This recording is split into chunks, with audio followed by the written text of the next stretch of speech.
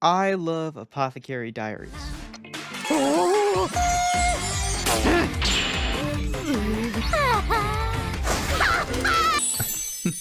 Apothecary Diaries is about a meek apothecary named Maomao, but unfortunately she's just been kidnapped and sold as a slave into the Rearing Palace. This is where all the best consorts go to live, and hopefully get porked by the great emperor himself. And if you do get the pleasure of becoming one of these great consorts, you are well and truly set for life. But unfortunately for Maomao, she lives as a servant, only to wash clothes until one day she'll grow old and die.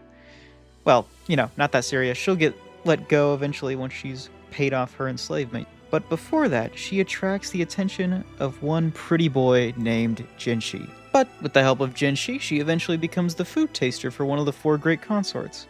Not a great upgrade, but an upgrade all the same, and frankly much better than washing clothes all day. You get to taste poison all day. How lovely. But this isn't a story about Maomao mercilessly cutting down other people just to become a consort herself, or maybe even the Empress. No. She is far, far more concerned with, how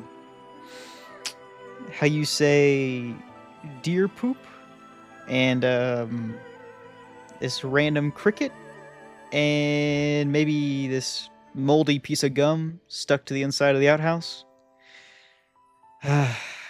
Yeah, Maomao is a bit of a special cookie, you could say. But even though she's a bit of a special cookie, there's one man who knows how to put her great talents to use. This, of course, being Jinshi. Jinshi is the Emperor's son, and not many are privy to that fact. Not even Maomao. Even so, the two become quite fast friends, and as it is Jinshi's job to solve issues in the Rear Palace, as he's pretty much a fixer, our little Maomao is all but forced into being the Sherlock to his Watson.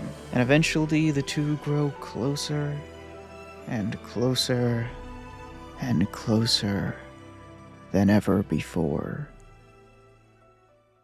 At least that's what Jinshi would like, but Maomao doesn't really give a fuck about him. She's too busy being joyful and whimsy-pilled. Well, that, and Maomao is just very dense, and Jinshi has a, how you say, reputation to uphold.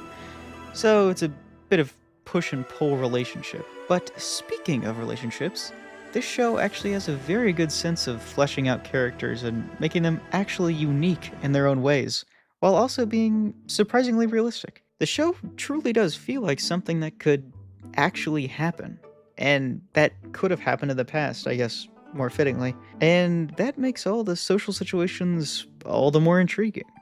Even with the backdrop of a palace where most are trying to get on top and are willing to literally kill for it, humanity still shines through. And I think that might be my favorite thing.